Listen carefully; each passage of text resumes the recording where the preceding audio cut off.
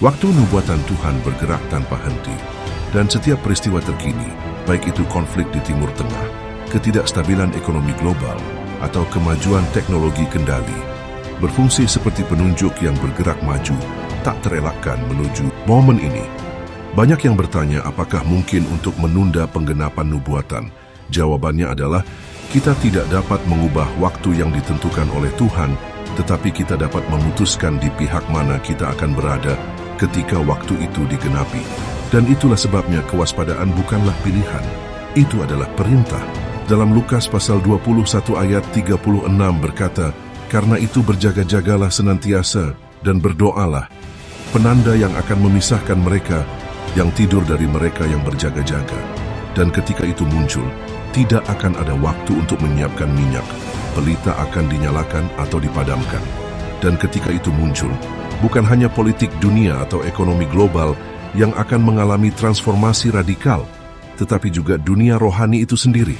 Alkitab dengan jelas menyatakan bahwa akan ada pemisahan antara mereka yang sungguh-sungguh milik Kristus dan mereka yang hanya mengaku namanya. Inilah saatnya iman banyak orang akan diuji dengan api. Rasul Petrus dalam 1 Petrus pasal 4:12 berkata, "Saudara-saudaraku yang kekasih, janganlah kamu heran akan nyala api siksaan yang datang kepadamu sebagai ujian, seolah-olah ada sesuatu yang luar biasa terjadi atas kamu. Ujian berat ini akan semakin intensif dengan cara yang belum pernah terjadi sebelumnya, karena akan membuka pintu menuju suatu periode di mana kebenaran akan diserang dengan sekuat tenaga. Dunia rohani akan terguncang, dan tipu daya akan begitu meyakinkan sehingga menipu orang-orang pilihan. Dalam Matius pasal 24, akan membawa serta rohani yang menuntut ketajaman dan keintiman yang mendalam dengan Tuhan dari anak-anak Tuhan. Kitab Wahyu pasal 12 ayat 11 memberi kita kunci untuk mengatasi masa ini.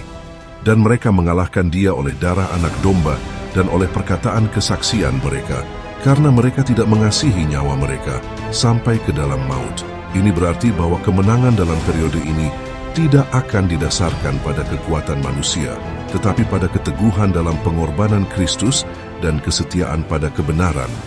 Aku yang berjanji, aku juga yang akan menepatinya. Aku sendiri yang akan menepati setiap firman-Ku.